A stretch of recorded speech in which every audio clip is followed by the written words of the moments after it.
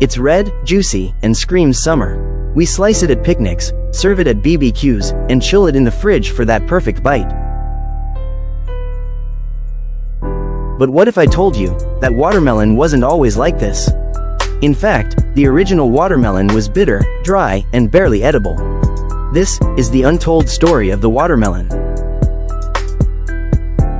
Long before it became the symbol of summer, watermelon had its roots deep in the deserts of Africa. The earliest wild watermelons grew in the Kalahari region, small, round, and with pale, bitter flesh. They weren't meant to be sweet snacks. They were survival tools, a natural water bottle in fruit form. Nomadic people didn't eat them for the taste. They cracked them open for hydration.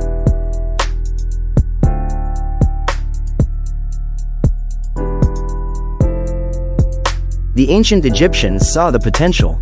Over 4,000 years ago, they began cultivating watermelons for sweetness and size. In fact, watermelon seeds have been found in King Tutankhamen's tomb, proof that this fruit was considered valuable, maybe even sacred. They painted watermelons on walls, alongside grapes and figs, as offerings to the afterlife. As empires rose and trade routes expanded, the watermelon began its global journey. From Africa to India, from the Middle East to the Mediterranean, and eventually, across the seas to the Americas. But here's the fun part. The watermelon we know today? It's a genetic masterpiece of human intervention. Early European paintings show watermelons with pale flesh and thick swirls, almost like marble. That's because the red flesh we know and love didn't exist yet.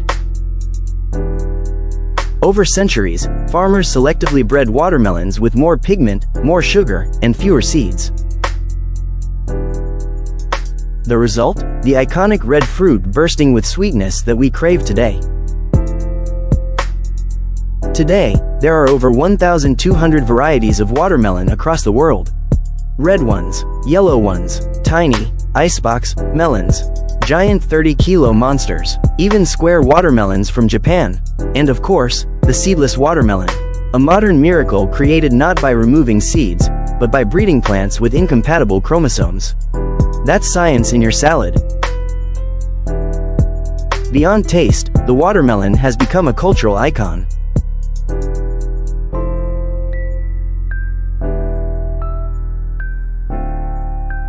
In China, it's eaten during summer festivals. In the US, it's a 4th of July favorite. And in the emoji world, watermelon means everything from freshness to fun. But not all symbolism is sweet. In some parts of history, the watermelon was used in racist caricatures, a reminder that even fruits can be politicized. Nutritionally, watermelon is about 92% water, making it one of the most hydrating fruits on Earth.